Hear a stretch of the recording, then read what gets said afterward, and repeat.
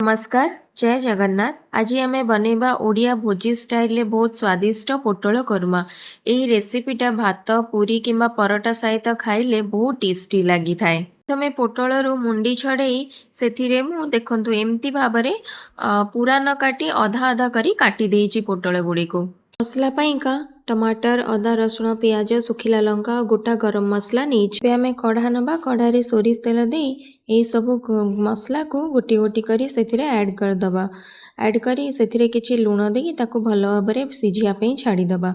मसला सिझीगले ताको ठंडा करी ग्राइंडर रे दे ग्राइंड करदबा।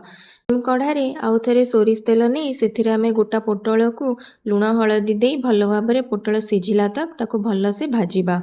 कढ़ारे सोरिष तेल नहीं जीरा ऐड करी से बाटी रखि मसला को दे किछि लुण ऐड करदबा। साधारणतः भोजी रे ताको बहलिया करिया काजू किंबा मगज दिया जाए, किंतु मुझे दही नहीं गोटे स्पून दही रे मुझे हलदी लंका गुंड जीरा गुंड धनिया गुंड आ टिके गरम मसला देकी भल भाव फेंटी देइछि।